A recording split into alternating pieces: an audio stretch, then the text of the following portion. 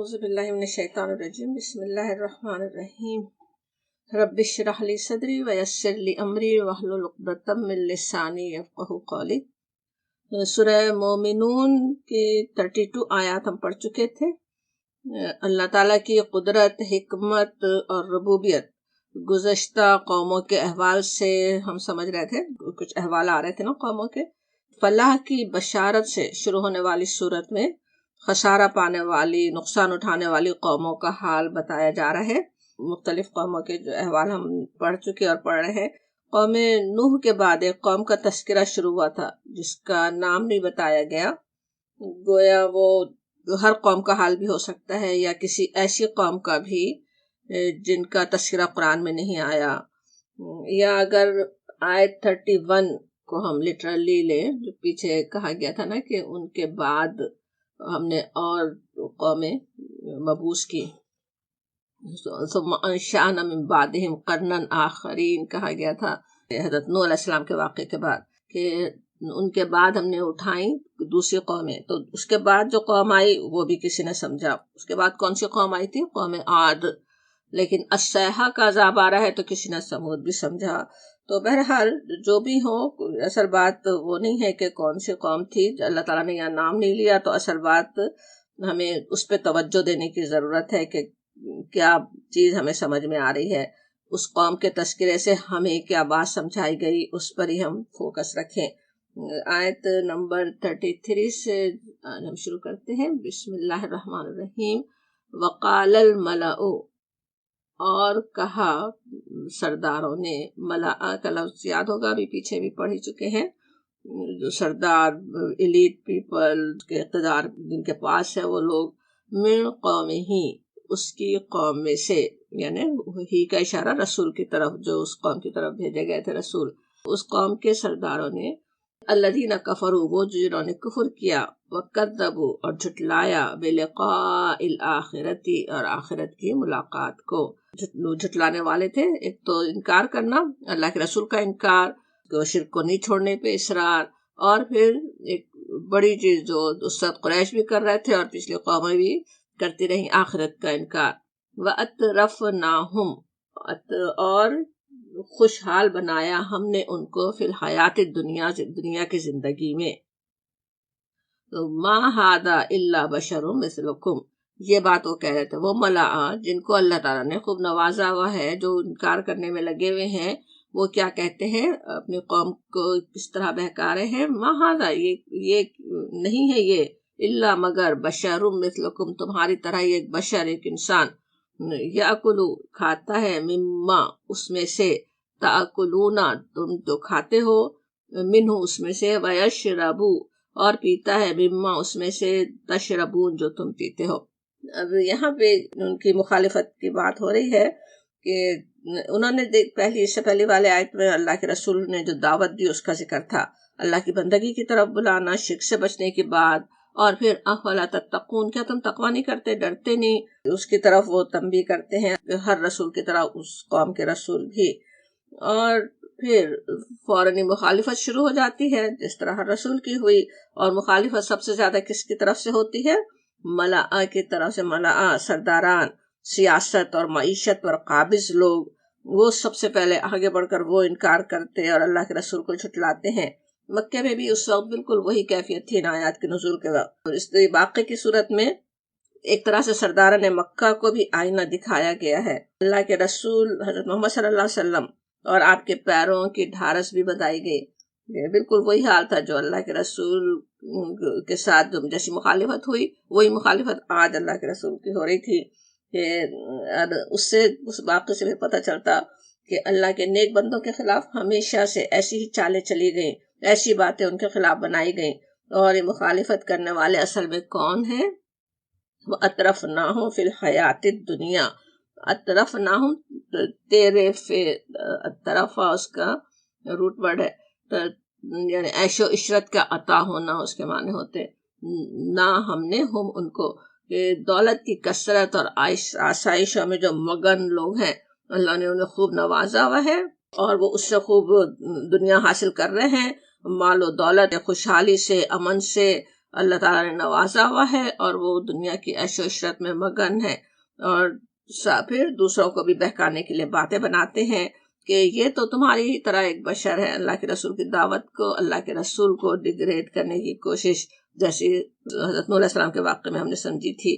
کہتے کیا ہے کہ جو تم کھاتے اسی میں سے کھاتا ہے، جو تم پیتے اسی میں سے وہ پیتا ہے، میرے کوئی مختلف تو وہ ہے ہی نہیں، وہ تو تمہاری طرح ہی انسان ہے، تم ان کی بات کیسے مانتے ہو؟ اور زیادہ جیسے پریشر اپنے قوم پہ ڈالتے ہو کہ انکم اذا لخاسرون، تب تو تم بڑے ہی گھاٹے میں پڑ گئے، یعنی اگر تم نے ان کی بات مان لی تب تو بڑے ہی تم گھاٹے میں پڑ گئے۔ انسان کیسے جیسے دھوکے کھاتے ہیں نا، جیسے دیکھیں خسارے کا سودا خود کر رہے تھے، نقصان خود اٹھانے والے تھے، دوسروں کو بھی اسی خسارے میں اصل تو مبتلا کرنا چاہ رہے تھے، اور فلاح کی طرف بلانے والے مخلص بندے کی مخالفت کرتے ہیں، رسول کی پیروی میں خسارہ ہے کا ادھم مچا رہے ہیں نا۔ سارا ڈر تو اپنے دنیا کے خسارے کا انہیں ہے، اور دوسروں کو قائل کرنے کے لیے کہ کوئی بھی رسول کی بات نہ مانے، ان سے کہتے ہیں کہ انکم اذا لخاسرون، تب تو تم بڑے گھاٹے میں پڑ گئے، اپنی جیسے انسان کی بات تم مانو گے۔ اور بھی یعنی وہی باتیں نا جو کفار مکہ بھی کیا کرتے تھے، اور پھر کہتے ہیں آگے انہی کی بات چل رہی ہے کہ وہ کیا باتیں کرتے ہیں۔ آگے آیت دیکھیں 34، وَلَئِنْ، اور اگر تم نے اطاعت کی، بشرم مثلکم، ایک آدمی کی جو تم ہی جیسا ہے۔ اچھا، انکم اذا لخاسرون، یہ ہے آیت 34 کہ اگر تم نے اس کی اطاعت کی اپنے ہی جیسے انسان کی، تو تم تو پھر بڑے ہی خسارے میں ہوگے۔ اور پھر کہتے ہیں ایعدکم، سوال کے لیے، یعیدکم، کیا یہ تم کو ڈراتا ہے؟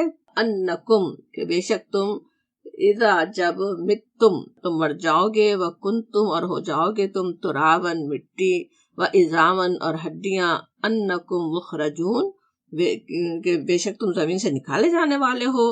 اب اس طرح کی باتیں بنا رہے ہیں، بالکل آخرت کا جیسے مذاق اڑا رہے ہو نا۔ یہ بات وہ کہہ رہا ہے، یہ ایسی بات کہہ رہا ہے، کوئی یہ بات سمجھنے میں آنے والی ہے جیسے یہ کہہ رہے ہو نا۔ ایعدکم، کیا یہ تم کو اس بات سے وہ ڈرا رہا ہے کہ جب تم بالکل مٹی بن جاؤ گے، ہڈیاں تمہاری رہ جائیں گی، اور اس کے وقت تم زمین سے نکالے جاؤ گے، یہ تو جیسے ہو ہی نہیں سکتا۔ وہ اس سے لوگوں کو قائل کرنا چاہ رہے ہیں نا۔ حالانکہ سوچیں تو خود ان کا وجود ہی کتنی بڑی اس بات کی گواہی ہے، اس دنیا میں موجود ہونا ہر انسان کے لیے کتنی بڑی اس میں نشانی ہے کہ اللہ تعالیٰ کے لیے کیا مشکل ہے دوبارہ وجود بخش دینا۔ لیکن شیاطین جن و انس کی ہمیشہ سے کوشش رہی کہ انسانوں کو آخرت کے بارے میں شک میں ڈال دیں، یا اس سے غافل کر دیں، یا سفارش کے بے بنیاد بھروسوں پر آخرت کے بارے میں مطمئن کر دیں۔ سوچیں اگر آخرت کا ہی خوف نہ ہو، اس کی فکر نہ ہو، اس کی جواب دہی کی فکر نہ ہو، یہ ذہن میں نہ ہو کہ جو ہم کریں ضرور اس کی سزا بھگتنی ہو سکتی ہے، ایسا نہیں ہے کہ کوئی اور آ کے ہمیں بس چھڑا دے گا، تو پھر کتنی انسان تبھی اپنے آپ کو ٹھیک رکھ سکتا ہے نا، تبھی انسان اپنے آپ کو خود اپنے چیک کر سکتا ہے، برائیوں سے بچا سکتا ہے۔ ورنہ تو پھر اگر آخرت کے بارے میں کوئی شک ہو یا اس کی بالکل ہی فکر ہی نہ ہو، تو انسان تو کیا کچھ کر سکتا ہے نا۔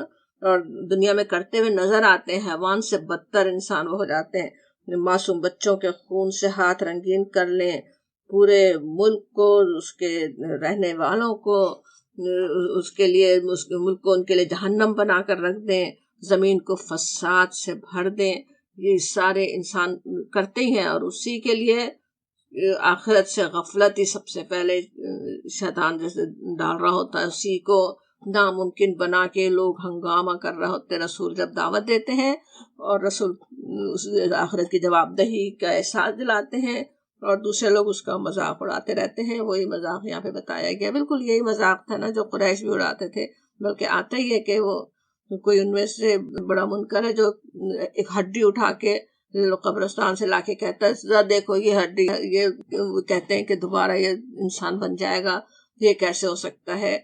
اور کیا وہ کہتے ہیں ہے ہاتھ لما توعدون، ہے ہاتھ کے جو لفظ ہے اس کے معنی جیسے بہت ہی بعید، بہت دور، بالکل ناقابل یقین بات ہے، جیسے کہا جا رہا ہو نا، ہے ہاتھ کہنا، جس طرح انگلش میں فار فیچڈ کہتے ہیں نا، کہ بالکل ہو ہی نہیں سکتی وہ بات. تو اور پھر دو بار ہے ہاتا کہنا کیسے ہے نا، بالکل ہی جیسے ہنگامہ کر رہا ہوں، بالکل اس کو لوگوں کے ذہن بنا رہے ہوں، اس کے خلاف کوئی بات ہی نہیں کر سکے، جو وہ کہہ رہے ہیں بس وہی بات لوگوں کو سمجھ میں آ جائے. ہے ہاتا بالکل بعید. وہ کیسے ہو سکتا ہے؟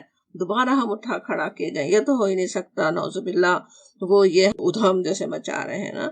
لما توعدون، جس کا تم سے وعدہ کیا جا رہا یعنی آخرت، وہ تو بالکل دور کی بات ہے، ہو ہی نہیں سکتی. یہ ہے ہاتا تو وہ اس کو بالکل بعید ہی، وہ کام ہو ہی نہیں سکتا کہنے کے لیے کہہ رہے. لیکن دور سمجھ لینا بھی کیسا بڑا شیطان کا دھوکہ ہوتا ہے نا. آج جو کچھ ہے، آج دنیا ہے، وہی ہمارے لیے سب کچھ ہے. وہ تو جب دیکھی جائے گی، وہ اس کا کس نے سوچا ہے، کس نے دیکھا ہے. وہ نظریات رہتے نا، بالکل وہی نظریات آگے کی آیت میں آ بھی رہے ہیں، ان کے بھی بتائے گئے.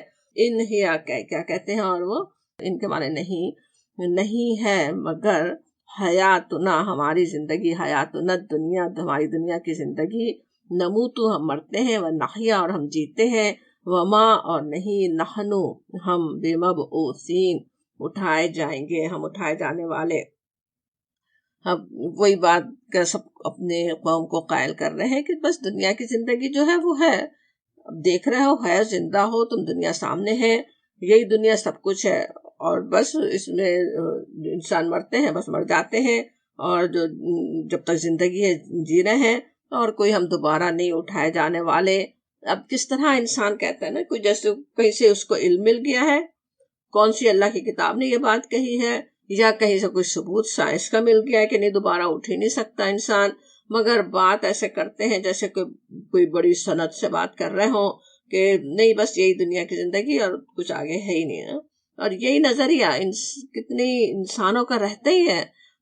زبان سے خواہ آخرت کو اگر مانتے بھی ہوں، کسی حد تک کسی طرح سے آخرت پر ایمان بھی رکھتے ہوں، لیکن ان کے دنیا میں جو زندگی جینے کا طریقہ ہے، جس طرح رہ رہے ہیں، اس کو دیکھیں تو بالکل وہی بنیاد لگتی ہے نا، کہ اصل چیز تو جیسے دنیا ہے، جو آج حاصل ہو رہا وہ تو حاصل کر لو، جو کچھ عیش مل سکتا ہے وہ تو عیش آج لے لو، کل کی کل دیکھی جائے گی، کل کیا ہوتا ہے دیکھا جائے گا، اس کی فکر نہ کرو.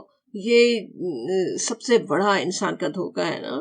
اور اسی لیے بار بار قرآن میں جب قرآن کھولیں تو بار بار کس طرح آخرت کے تذکرے آتے ہیں، کہیں جہنم کے تذکرے، جنت کے تذکرے، کہیں یہ پچھلی قوموں کی باتوں کے ذریعے سے قائل کیا جاتا ہے کہ کس طرح آخرت کا آنا لازمی ہے. اور یہاں بھی وہی احساس دلایا جا رہا ہے کہ یہ کتنا غلط نظریہ ہے نا، کہ بس دنیا کی زندگی سب کچھ ہے. کیسے لوگوں نے محاورے تک بنائے ہوئے ہیں نا. کل کس نے دیکھا ہے، زندگی تو ایک ہی دفعہ ملتی ہے، جو عیش کر سکتے ہو آج کر لو. تو ہر زبان میں بلکہ اس طرح کے جملے ملیں گے، جو عیش آج مل رہا کر لو، کل کس کو پتا، دوبارہ زندگی نہیں ملتی. اس طرح کی باتیں لوگ کر کے ایک دوسرے کو اور قائل کر رہے ہوں کہ نہیں بس اس دنیا کی فکر کرو اور بس ختم. اور پھر ان کے پروپیگنڈے چلتے ہیں، اور کیا کہتے ہیں، ان ہوا الا، نہیں ہے وہ مگر رجل، آدمی، افطرا کیا اللہ، اللہ پر، کذبن، جھوٹ، وما نحنو اور نہیں ہم، لہو بمؤمنین اس کو ماننے والے. اور اب بالکل صاف صاف انکار اللہ کے رسول کا کہ یہ کچھ نہیں ہے مگر ایک آدمی، رجل ہی ہے، مرد ہی، جیسے پیغمبر زیادہ تر بنا کے بھیجے گئے اور وہ اللہ کے رسول ہیں، اور ان کو بس کہتے ہیں کہ وہ تو کچھ نہیں، بس ایک رجل ہے، ایک آدمی ہے. اور وہ افترا کر رہے، افترا ہوتا ہے جیسے بالکل ایک غلط بات کسی پہ باندھنا، جو ہے نہیں اصل میں، وہ اس کو کہنا کہ وہ ہے. تو افطرا اللہ، وہ افطرا کیا انہوں نے اللہ پر، افطرا کیا اللہ پہ، اللہ کے رسول پہ نعوذ باللہ الزام لگا رہے ہیں کہ وہ اللہ پر ہی افطرا باندھ رہا ہے، وہ بالکل جھوٹ کہہ رہا ہے کہ میں اللہ کا نمائندہ ہوں، میں اللہ کا بھیجا ہوا ہوں. اور پھر اپنے اعلان کر دیتے ہیں صاف صاف، وما نحن لہ بمؤمنین، ہم تو نہیں ہیں اس کے لیے ایمان لانے والے، ہم تو نہیں ماننے والے. اب سوچیں قوم کے بڑے بڑے سردار اعلان کر دیں، سارے ان کے فالوورز ہیں، ان کے ماننے والے ہیں، بلکہ قبائلی نظامی جیسے ہوتا تھا تو ہر قبیلے کا سردار جو کر رہا پورا قبیلہ ان کے لازمی تھا اس کے پیچھے چلنا، اور وہ بس اعلان کر دے کہ ہم نہیں مانتے. کس طرح سب کو بہکانے کا بھی عذاب اپنے سر پہ لے رہے ہیں.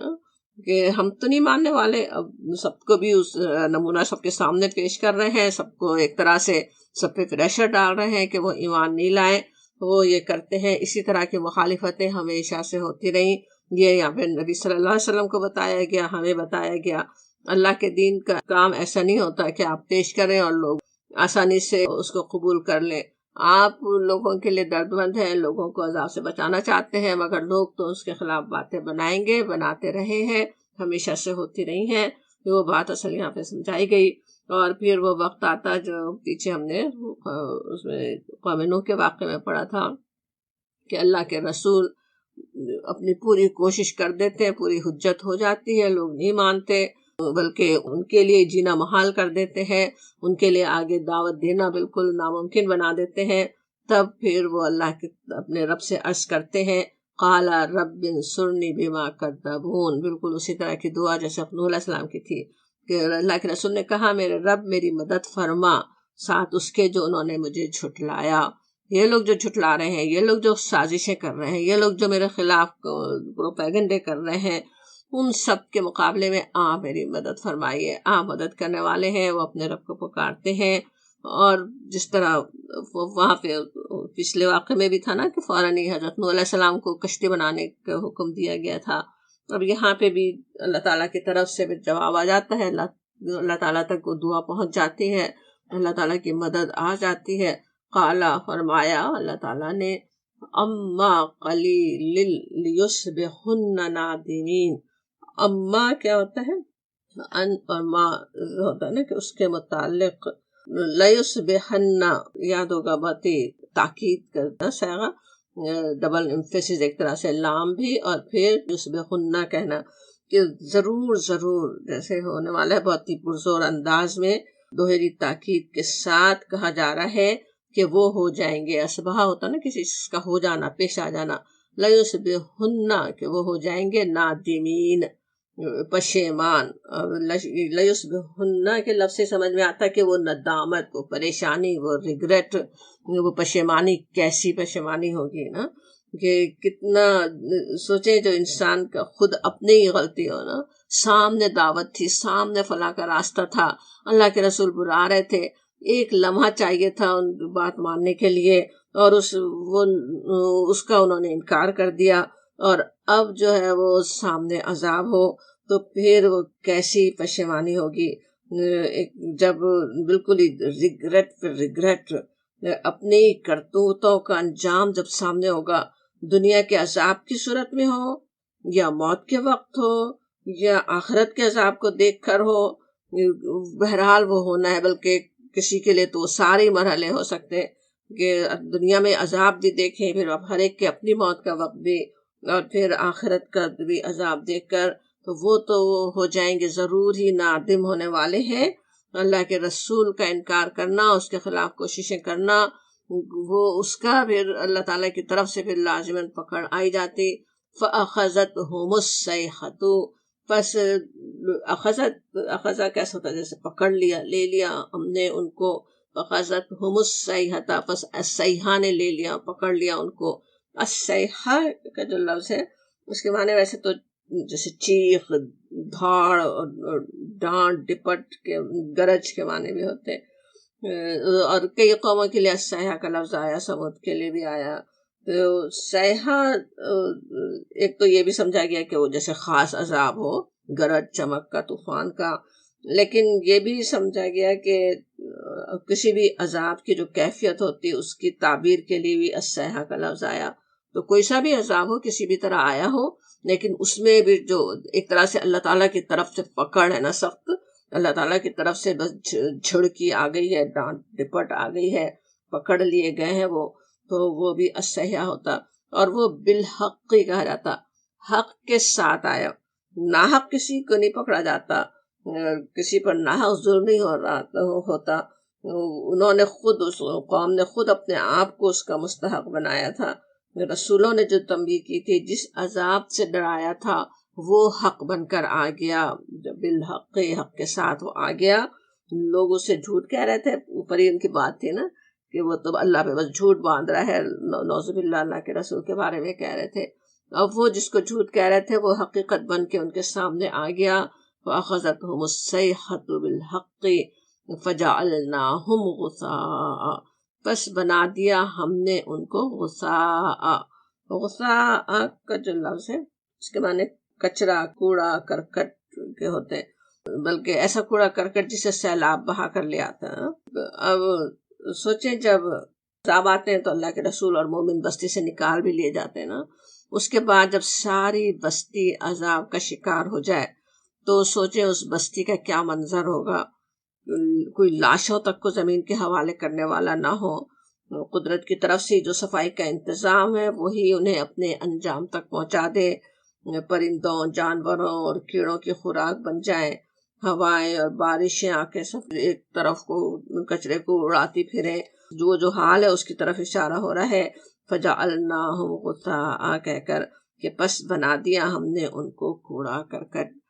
اپنے آپ کو کیا سمجھا ہوا تھا، ملاحات تھے نا، بڑی چیز اپنے آپ کو سمجھ رہے تھے.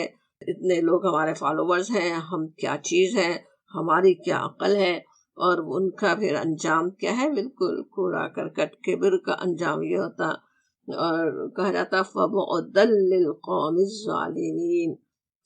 پس بعدا، بعدا دور کو ایسے تو کہتے ہیں نا.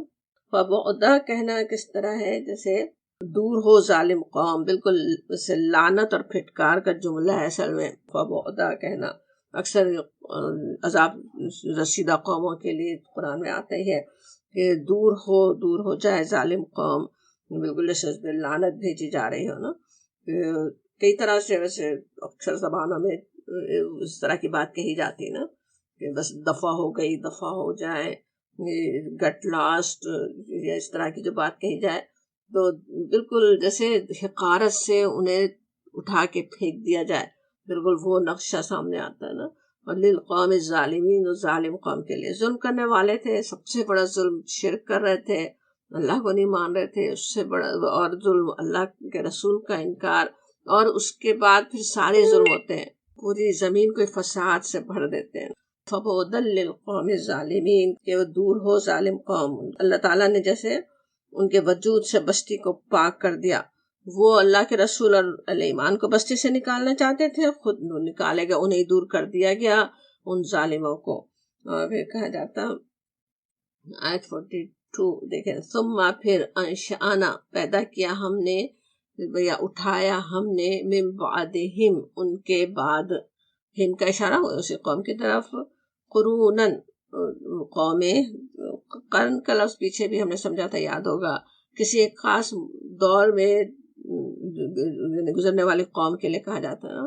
اور قرن کی جمع قرون، مختلف قومیں مختلف ادوار آئے، آخرین دوسری، یعنی اس کے پیچھے پھر اور دوسری قومیں بھیجی گئی. ابھی قومیں آئیں اور ان کے لیے پھر کہا جاتا ما تسبقو، نہیں آگے جا سکتی. تسبقو سبقت کرنا، آگے بڑھنا ہوتا ہے نا. من امتن، امت میں سے کوئی قوم بھی، اجلہا اپنے وقت سے ذرا بھی آگے نہیں جا سکتی. وما اور نہیں یستاخرون، نہ پیچھے رہ سکتی، نہ کوئی تاخیر ہو سکتی. اب یہاں بات سمجھائی جا رہی کہ بہت سی قومیں آئیں، بہت سی قومیں گزری، اپنے اپنے وقت میں اللہ تعالیٰ نے انہیں اقتدار بخشا، ترقی پائی، انہوں نے دنیا میں اپنے دکھائے، انہوں نے اپنے کام کر کے، اور بہت سے پھر ظلم بھی پھیلائے، کیا کچھ کیا. لیکن ہر قوم کے لیے بھی ایک وقت ہے. کوئی قوم نہ اپنے وقت سے پہلے ختم ہوئی نہ بعد میں ٹھہر سکی. یہاں بھی بات ویسے تو تاریخ کی ہو رہی ہے، لیکن اصل کفار مکہ اور آگے آنے والی ہر قوم کو سنایا جا رہا ہے کہ آج ترقی پا رہے ہوں، آج سب کچھ ٹھیک چل رہا ہو، تو انسان دھوکے میں نہ آئے کہ ساری شرارتوں کے باوجود اگر اللہ تعالیٰ کی طرف سے پکڑ نہیں آ رہی ہے تو اس کا مطلب یہ نہیں ہے کہ اللہ پکڑنے والا نہیں ہے. اور جب پکڑ کا وقت آئے گا تو ایک لمحے کی تاخیر بھی نہیں ہونے والی. اس وقت نہ پلٹنے کی مہلت ملتی ہے، نہ اس وقت کا ایمان لانا کام آتا ہے. ڈوبتے وقت جب آئی جائے وقت، تب تو فرعون نے بھی ایمان کا اقرار کیا تھا، لیکن اب تاخیر نہیں ہو سکتی تھی، اب مہلت نہیں مل سکتی تھی. بہت مہلتیں دی گئی، کتنی بار اسے مہلتیں ملی، لیکن پھر بس جب وقت آ گیا تو بس اب ختم، اب اس کے بعد مہلت نہیں ملتی. انسان کو یعنی سوچنے کی بات ہے کہ وہ ابھی اسی وقت اپنے آپ کو اللہ کی پکڑ سے بچانے کا سامان کر لے. جس وقت دور دور تک عذاب کے کوئی آثار نظر نہیں آ رہے ہوتے نا، لوگ کہتے ہیں کہاں ہے عذاب، کیوں نہیں لا کے دکھاتے، ہمیں تو کامیابی یہی مل رہی ہے، ہم تو کامیاب ہو رہے ہیں، اللہ تعالیٰ جیسے کوئی بہت ہم سے خوش ہے. لیکن جب عذاب آ جاتا ہے تو پھر آگے پھر اس کی مہلت نہیں ملتی. تو وہ کہا جا رہا ہے جس طرح انسان کے لیے بھی ایک زندگی کی مہلت ہے نا، ایک خاص وقت تک ہے، پھر اس مہلت زندگی کو ختم ہونا ہی ہے، بالکل اسی طرح ہر قوم کے لیے بھی اللہ تعالیٰ کے پاس ایک وقت طے ہے کہ کب تک اسے مہلت دی جانی ہے اور کب اس کا وقت ختم ہو جانا ہے.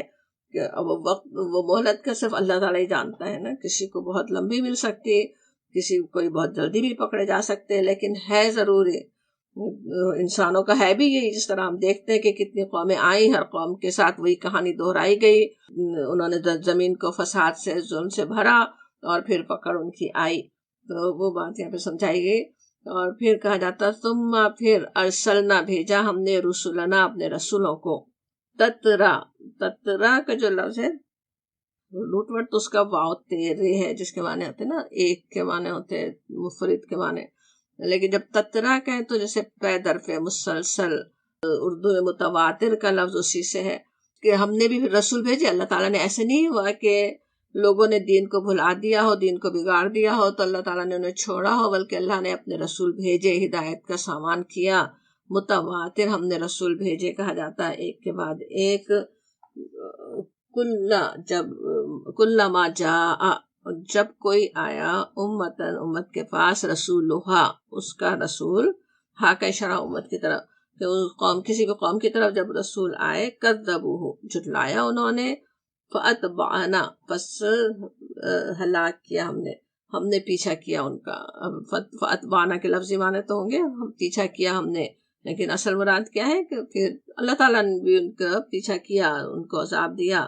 بعدہم بعدا، ایک کو دوسرے کے پیچھے. وجعلناہم اور بنا دیا ہم نے ان کو احادیثا بنا دیا، یعنی انہیں بس کہانیاں بنا دیا، باتوں میں بس رہ گئے. قومیں ختم، اب ان کی باتیں رہ گئیں، تاریخ میں ان کا ذکر رہ گیا، لوگوں کے پاس افسانے رہ گئے. کیسی کیسی بڑی بڑی قومیں تھیں اپنے اپنے زمانے کی. عاد و سمود کا سوچے، آج تک ان کی کہانیاں پہاڑوں پہ تک لکھی ہوئی ہیں، میدانوں میں تک لکھی ہوئی ہیں، ان کے بنائے ہوئے مکانات موجود ہیں، لوگوں کی زبان پہ تذکرے ہیں، لیکن وہ کیا ہے، احادیث ہی ہے. کوئی ان سے اپنا رشتہ تک بھی نہیں جوڑنا چاہے. قوم سبا اپنے دور کی اتنی ترقی پانے والی قوم تھی، پھر اس کا تتر بتر ہونا بھی بالکل محاورے میں آ گیا تھا. تو اس طرح سے وجعلناہم احادیثا، ہم نے ان کو بنا دیا، احادیث بنا دیا، انہیں صرف قصے کہانیاں ہم نے انہیں بنا دیا، وہ ختم ہو گئے. اب یہاں پہ جو بات ہمیں سمجھ میں آتی کہ قومیں آج خوب پھلتی پھولتی نظر آ رہی ہوں، دنیا میں فساد پھیلا رہی ہوں، ظلم کر رہی ہوں، اور پھر بھی پھلتی پھولتی نظر آ رہی ہیں، لیکن اس کا یہ مطلب نہیں ہے کہ وہ ضرور پھلتی پھولتی رہیں گی.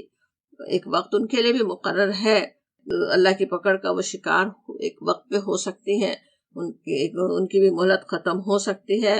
انسان مایوس نہیں اس سے.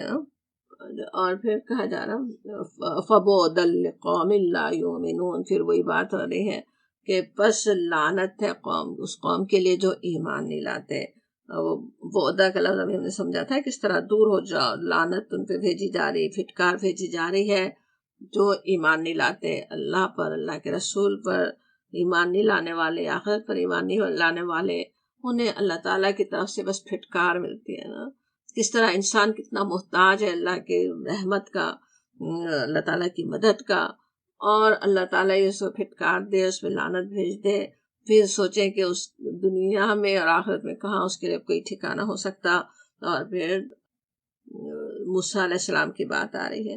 موسیٰ علیہ السلام کا دیکھا، موسیٰ ہارون علیہ السلام کا یہاں پہ بہت مختصر سا تذکرہ ہے. موسیٰ علیہ السلام کی بات جیسا ہم اکثر سمجھتے آ رہے ہیں، کوئی جز ایسا نہیں ہے جس میں ان کا نام نہیں آیا ہو نا، اس واقعے کی طرف اشارہ نہ کیا گیا ہو. تو کئی دفعہ وہ آتا ہی رہا ہے نا ان کا تذکرہ. اس کی وجہ بھی ابھی ہم جب یہ پڑھ رہے ہوں گے تو اور سمجھ میں آئے گی. یہاں پہ کہا جا رہا ہے ثم پھر ارسلنا بھیجا ہم نے موسیٰ کو و اخاہ ہارونا اور اس کے بھائی ہارون کو. اب دو کو رسول بنا کے اللہ تعالیٰ نے پھر بھیجا. یا سمجھ میں آتا ہے کہ وہ کیسی وہ سرکش قوم کی طرف بھیجے جا رہے تھے نا، فرعون جیسے قوم کی طرف. تو ایک بھی نہیں، دو دو رسول بھیجے گئے حضرت موسیٰ علیہ السلام کی مدد کے لیے. ہارون علیہ السلام کو بھی ساتھ کیا گیا. اب یہ بات ہم پیچھے ہی ویسے پڑھ ہی چکے ہیں، سورۃ طٰہٰ میں واقع تھا نا، کس طرح انہوں نے خود دعا کی بھائی کی مدد کے لیے کہ بھائی کو ان کے کام میں شریک کیا جائے. اللہ تعالیٰ نے اپنی رحمت سے ان کو بنایا، ان کے بھائی کو ان کا مددگار بنا دیا، ان کا وزیر بنایا، اور وہ دونوں بھیجے گئے بھی آیاتنا، ہماری آیات کے ساتھ، وسلطان مبین، اور سلطان مبین کے ساتھ. بھی آیاتنا، آیات سے مراد عام معجزات ہیں جو حضرت موسیٰ علیہ السلام کو آل فرعون پر حجت تمام کرنے کے لیے دیے گئے. اس کا ذکر سورہ اعراف میں بھی ہم تفصیل سے دیکھ چکے ہیں. ہم جانتے ہیں نا کون کون سے معجزے انہیں عطا کیے گئے. سورہ اعراف میں تھا نا کہ 9 معجزات انہیں عطا کیے گئے، اور بھی ویسے کتنے ہی ان معجزات دکھائے گئے نا، کئی طرح کی آیات دکھائی گئی. دربار میں جو دکھاتے ہیں ثعبان و مبین بنا کر جو گفتگو وہ کرتے ہیں، جادوگروں کا ایمان لانا کتنی بڑی نشانی تھی تو فرعون کے لیے. پھر وہ جو سارے طوفان اور وہ ٹڈی دل کا طوفان، خون اور مینڈک اور یہ سب جو سرسریاں پھیلی، وہ سب کیسی کھلی کھلی نشانیاں تھیں. تو ان ساری آیات کے ساتھ اللہ تعالیٰ نے بھیجا. جتنا بڑا وہ سرکش تھا، جتنا وہ بڑا کافر تھا، اسی کے لحاظ سے ہارون علیہ السلام کو جیسے تیار کیا گیا ہو نا، لیس کیا گیا ہو. اکثر کوئی انبیاء کے پاس معجزے اس وقت آئے جب کہ قوم نے مطالبے کیے. حضرت موسیٰ علیہ السلام کو پہلے ہی معجزے دے کر ہی بھیجا گیا تاکہ وہ پہلی بات سمجھ جائے، پہلی بات سن لے. بھی آیاتنا کہا گیا، اور سلطان مبین، اور سلطان مبین. سلطان مبین کہنا کیا ہے، سلطان سے تو ہوتا ہے نا وہ دلیل، اور مبین بالکل کھلی چیز. تو سلطان مبین وہ دلیل جس کے ذریعے بالکل صاف واضح ہو جائے، کوئی بات جو سمجھائی جا رہی ہے بالکل صاف واضح ہو کر سامنے آ جائے، کلیئر کٹ جیسے حجت ہو نا، بات سمجھا دی گئی ہو. تو اب سلطان مبین یہاں پہ کس کو کہا گیا، اس کے لیے مفسرین کا خیال ایک تو یہ ہے کہ اس سے جو اصحاب کا جو معجزہ آپ کو دیا گیا تھا وہ انہوں نے مفسرین نے مراد لیا ان سے، سلطان مبین سے.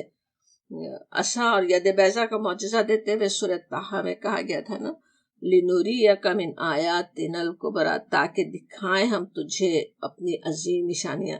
یعنی ان دو معجزے دیے گئے، اس سے اور بڑی بڑی نشانیاں تمہیں دکھائی جانی ہیں. تو اور کتنی پھر انہوں نے نشانیاں دکھائیں اسی عصا کے معجزے سے. تو اس لحاظ سے مفسرین اس کو بھی سمجھتے ہیں. اور پھر یعنی ایک طرح سے فرعون اور اس کے قوم پہ حجت پوری ہوئی نا اس معجزے کے ذریعے سے، اور اسی کے ذریعے سے فرعون اور اس کے درباریوں نے جادوگروں کے سامنے رسوا کن شکست کھائی. اور پھر یہ بھی کہ جو حکمت دی گئی تھی حضرت موسیٰ علیہ السلام کو، وہ بھی کسی نے سمجھا. وہ بھی جیسے انبیاء کرام کو جب کہا جاتا ہے نا بینات دی جاتی، وہ کیا ہوتا ہے، ان کے پورے وجود میں ایک بینہ ہوتی ہے نا. جس طرح سے انہوں نے فرعون سے گفتگو کی، پہلی گفتگو جو سورہ طٰہٰ میں پیچھے ہم پڑھائے ہیں بھی، کہ کس طرح انہوں نے بالکل حجت تمام کر دی، بات سمجھا دی. ایک تھوڑی سی گفتگو میں فرعون اور اس کے درباریوں پہ یہ بات بالکل واضح ہو گئی تھی کہ موسیٰ علیہ السلام اللہ کے بھیجے ہوئے رسول ہے. بہت اچھی طرح انہیں سمجھ میں آ گئی تھی نا کیسے وہ سلطان مبین تھی جو موسیٰ علیہ السلام کو دی گئی. اور پھر کہا جاتا الا فرعون، طرف فرعون کے، وملئہ، اور اس کے سرداروں کے. اور وہ سردار بھی اس کے ایسے تھے نا جو کہ ان کے لیے کہا جاتا ہے کہ ان کے فرعون اور اس کے سرداروں کی طرف بھیجے گئے موسیٰ علیہ السلام. لیکن انہوں نے کیا کیا، فرعون اور اس کے سرداروں نے تکبر کیا انہوں نے. وکانو، اور تھے وہ قومن عالین، قوم سرکش. عالین کا اصطلاح عالی کہیں تو بلند مرتبہ، کچھ بڑے لوگ بنے ہوئے تھے نا، اپنے آپ کو بڑا بنایا ہوا تھا. اب انسان جو اپنے آپ کو بڑا سمجھے تو وہ تو سرکشی ہی ہوتی ہے نا. تو اس لحاظ سے سرکش ترجمہ یہاں پہ لکھا ہوا ہے کہ قومن عالین، کہ وہ تھے بڑے سرکش لوگ. استکبار کیا ہوتا، اپنے آپ کو بڑا سمجھنا. اور ایمان کے راستے کی سب سے بڑی رکاوٹ یہی کبر ہے نا، اپنے آپ کو، اپنی عقل کو، اپنی رائے کو جو انسان سب سے بہتر سمجھتا ہے، رسول کی بات ماننا، کسی ہدایت دینے والے کی بات پر توجہ دینا، جس کو اپنی سبکی لگتی ہو، وہ ظاہر ہے پھر ایمان لانے سے انکار ہی کریں گے نا، وہی ایمان لانے سے انکار کرتے ہیں۔ وہاں وہی بات آتی کہ فاستکبروا، پس انہوں نے استکبار کیا، وکانوا قوما عالین، کہنا کس طرح ہے کہ وہ جیسے بڑے ہی بنے ہوئے تھے، اپنے آپ کو کوئی بڑی چیز ہی سمجھے ہوئے تھے۔ اب یہ استکبار چاہے وہ فرعون کا ہو یا جیسے پچھلی قوموں میں سے جن لوگوں نے اللہ کے رسول کا انکار کیا، یا پھر آج کے متکبرین ہو، ان سبھی کا وہی مرض تھا نا۔ اور فرعون کا جو بار بار تذکرہ آتا ہے قرآن میں، اس کی ایک بڑی وجہ یہ بھی ہے نا کہ وہ اپنے سرکشی اور غرور میں بالکل مثالی تھا، اپنے وقت کا بلکہ دنیا کا بڑا متکبر انسان تھا۔ تو اللہ تعالیٰ نے اسے مثال کے طور پہ سامنے رکھا کہ استکبار کا پھر کیا انجام ہوتا ہے، استکبار کرنے والے کیسے ہوتے ہیں، کیا ان کی باتیں ہوتی ہیں، اور پھر کیا ان کا انجام ہوتا ہے، وہ بتانے کے لیے بھی اس کا ذکر بھی آتا ہے نا۔ اور اکثر جگہ اس کے ساتھ ہی، فرعون کے ذکر کے ساتھ ہی، اس کی سرکشی کا بھی ذکر آتا، اذهب الى فرعون انه طغى، کہا گیا کہ جاؤ فرعون کی طرف، وہ سرکش ہو گیا ہے۔ سورہ نازیات میں بھی ہے۔ قومن عالین کہنا، اپنے آپ کو جیسے وہ خود ہی برتر قوم ہی سمجھتا تھا، ہوتا نا قوموں کے کس طرح خناس سمجھ آتا ہے نا کہ کوئی ہم ہی کوئی بڑی چنی ہوئی قوم ہے، ہم ہی کوئی بڑے لوگ ہیں، جیسے نازی تھے کہ اعلیٰ قوم ہے، جیسے کوئی اور ان کے برابری کر نہیں سکتا۔ تو اسی طرح وہ بھی قومن عالین بنے ہوئے تھے، بڑے بنے ہوئے تھے، اپنے حقدار سمجھتے تھے کہ وہی بس اقتدار پہ قابض رہنے کے حقدار ہیں اور ساری دنیا کو غلام بنا کے انہیں رکھنا ہے۔ یہاں پہ وہ اور بھی آگے بڑھ جاتا ہے نا سرکشی میں، صرف اپنے آپ کو بڑے ہی نہیں سمجھتا بلکہ آگے کیا کہہ رہا ہے، فقالوا، بس کہتا ہے، انؤمن لبشرین، کیا ہم ایمان لائیں دو آدمیوں پر، دو انسانوں پر، مثلنا، جو ہماری طرح ہی ہیں۔ بالکل وہی بات جو پچھلی قوم کے بات آ رہی تھی نا، تمہاری طرح کھاتے پیتے ہیں، یا بالکل قریش بھی یہی بات کرتے تھے، یہ تو بازاروں میں چلتے اور کھاتے پیتے ہیں، یہ کیسے اللہ کے رسول ہو سکتے؟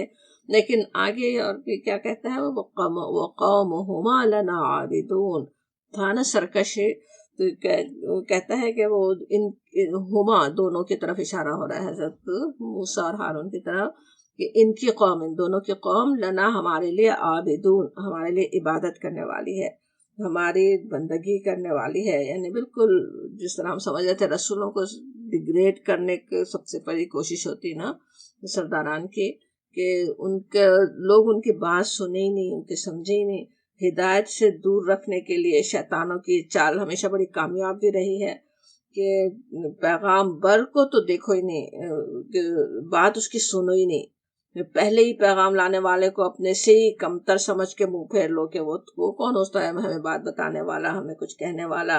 طائف کے سرداروں نے بھی نبی حضرت محمد صلی اللہ علیہ وسلم سے کس طرح گفتگو کی تھی، یاد ہوگا، تاریخ میں پڑھا ہوگا یا پڑھیے، بالکل ڈیگریڈ کر رہے ہو نا، کہ جیسے ہم ہیں سرداران، تمہیں کیسے اللہ کے کوئی نبی بنا کے بھیجا جا سکتا، اپنے آپ ہی کو بڑی چیز سمجھ رہے ہوں اور رسول کی بات کو بس مذاق میں اڑا دیں۔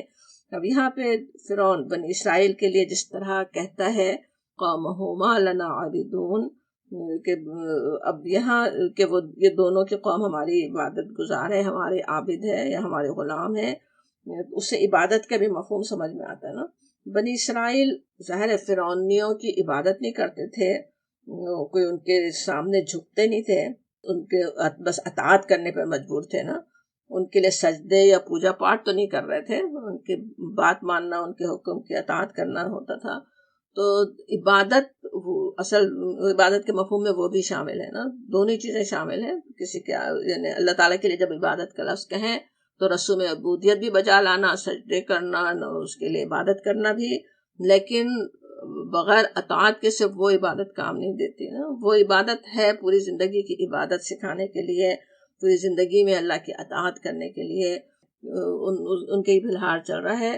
فَكَذَّبُوهُمَا، پس جھٹلا دیا ان دونوں کو، انہوں نے جھٹلا دیا دونوں کو، فَكَانُوا، پس تھے، مِنَ الْمُهْلِكِينَ، ہلاک ہونے والوں میں سے، پھر وہ ہلاک ہونے والوں میں سے ہو گئے۔ من المہلکین کہنا کہ ہلاک ہونے والوں میں سے ہو گئے، کس طرح ہے جیسے پہلے لوگ ہلاک ہوتے رہے اسی طرح ان میں وہ بھی شامل ہو گئے، وہ بھی ہلاک ہونے والوں ہی میں شامل ہو گئے، ان کا بھی وہی انجام ہو گیا، اللہ کی پکڑ کا شکار ہو گئے۔ اب یہاں پہ اس صورت میں جو قوموں کا حال آ رہا ہے وہ اسی کے لیے آ رہا ہے نا، خسارہ پانے والی قوموں کا حال بتایا جا رہا ہے نا، تو ان کے انجام کی اصل بات آتی ہے کہ پھر انجام یہ ہو گیا، مخالفتیں، اللہ کے رسول کی مخالفت، اطاعت نہ کرنا، اور پھر اپنے آپ پیچھے تھا کہ وہ کیسے نادمین میں شامل ہو گئے، پچھتانے والوں میں، یہاں ہے کہ من المہلکین، وہ ہلاک ہونے والوں میں شامل ہو گئے۔ پھر کہا جاتا وَلَقَدْ، اور البتہ بے شک، آتینا، دی ہم نے، موسیٰ الکتابہ، موسیٰ کو کتاب، لعلہم، تاکہ وہ یہتدون، ہدایت پا جائیں۔ جب یہاں پہ اب اس کے بعد ذکر آتا ہے وہ تو مہلکین میں شامل ہو گئے، پھر اللہ تعالیٰ نے کتاب دی۔ تورات کا نزول ہمیں پتہ ہی ہے، واقعات پیچھے پڑ ہی چکے ہیں، کس طرح ہجرت کے بعد حضرت موسیٰ علیہ السلام کو بلایا گیا تھا نا، اور وہاں پہ پھر انہیں تختیاں عطا ہوئی تھیں۔ اب اس سے یہ بھی بات ایک تو واضح ہو رہی ہے کہ فرعون اور اس کی قوم نے اللہ کی کتاب کو نہیں جھٹلایا تھا، بلکہ اپنے رسول کی بات کو جھٹلایا تھا، ان کی بات ماننے سے انکار کیا تھا، بلکہ پچھلی ساری واقعات میں وہی بات اصل واضح کی گئی کہ اللہ کے رسول کا انکار، ان کی بات نہ ماننا، ان کی اطاعت نہ کرنا۔ سمجھ میں آتا ہے کہ اللہ کا پیغام، اللہ کے دیے ہوئے احکامات صرف کتاب ہی سے نہیں ملتے، بلکہ اللہ کے رسول کی ہر بات اللہ ہی کی طرف سے ہوتی ہے، اپنی قوم کی طرف وہ اللہ کے نمائندے کی حیثیت سے اٹھائے جاتے ہیں۔ تو اس سے جو بات ہمیں جو سمجھ میں آتی وہ یہ بھی کہ ایک جو ثابت شدہ سنت ہو، پتہ ہے کہ وہ صحیح ہے، سنت ہے، نبی صلی اللہ علیہ وسلم نے وہ کام کیا ہے، آپ نے اس طرح سے نماز پڑھی ہے، آپ نے روزہ اس طرح سے رکھا ہے، یا اور کوئی جو بھی کام آپ کی سنت کے ہمیں پتہ ہے، اس کے لیے پھر یہ بہانہ نہیں کیا جا سکتا کہ یہ بات تو قرآن میں آئی نہیں۔ یہ بہانہ بہت آج کل چلتا ہے نا کہ یہ تو بات قرآن میں ہی نہیں ہے، تو جیسے کوئی اس کی اہمیت ہی باقی نہیں رہی کہ وہ تو قرآن میں نہیں ہے تو بس چھٹی نہیں، بلکہ ہمیں پتہ ہے کہ فرعون اللہ کے غضب کا شکار ہوا تھا اللہ کے رسول کی بات نہ ماننے پر، اللہ کے رسول کی بات ماننا بھی لازمی ہے۔ پھر بنی اسرائیل جو پہلے سے ہدایت یافتہ تھے، اس وقت کے مسلمان ہی ان کو کہا جا سکتا، ان کی ہدایت کے لیے اللہ نے کتاب بھیجی، وہ تورات اتری۔ ہم بھی پہلے سے ہدایت یافتہ ہی ہیں کہہ کر کتاب کو اوپر اٹھا کے نہیں رکھ سکتے، کتاب ہمارے لیے ہے، کتاب اسی سے اس سے ہمیشہ زندگی کے ہر مرحلے میں، ہر معاملے میں ہدایت لیتے رہنے کی ضرورت ہے، بلکہ وہ کتاب ہی جیسے یہاں پہ بھی کہا جا رہا ہے نا کہ لقد آتینا موسیٰ الکتابہ، ہم نے موسیٰ کو کتاب دی، لعلہم، تاکہ وہ بنی اسرائیل یہتدون، ہدایت پائیں، وہ ہے ہدایت کا راستہ، کتاب کو پکڑنا، کتاب کو قوت سے پکڑنا۔ وہ بھی بات قرآن میں کئی جگہ بنی اسرائیلی کے لیے آتی نا، ہم نے عہد لیا تھا، ہم نے کہا تھا خذوا ما آتیناکم، لے لو جو ہم نے تم کو دیا ہے، بقوت، قوت کے ساتھ اسے پکڑو، تو وہ اصل ہدایت دینے والی چیز ہے، اور ہمارے لیے بھی وہی ہدایت دینے کا سب سے بڑا ذریعہ ہمارے لیے ہے۔ اللہ کی کتاب کو تھامے رہے، اللہ کی سنت کو تھامے رہے، حدیث میں بھی وہی بات ملتی، اپنے نبی صلی اللہ علیہ وسلم کی وصیت اپنی امت کے لیے، دو چیزیں میں چھوڑ جا رہا ہوں، ان دو چیزوں کو پکڑو تو ہدایت پہ رہو گے، نبی صلی اللہ علیہ وسلم کی سنت اور اللہ کی کتاب۔ تو انشاءاللہ تعالی ہم اللہ کی کتاب کو بھی قوت سے پکڑنے والے ہوں، اس کو پڑھنے، اس کو سمجھنے، اس پر چلنے والے ہوں، نبی صلی اللہ علیہ وسلم کی سنتوں پہ بھی پوری طرح عمل کرنے والے ہوں۔ وآخر دعوانا الحمدللہ رب العالمین۔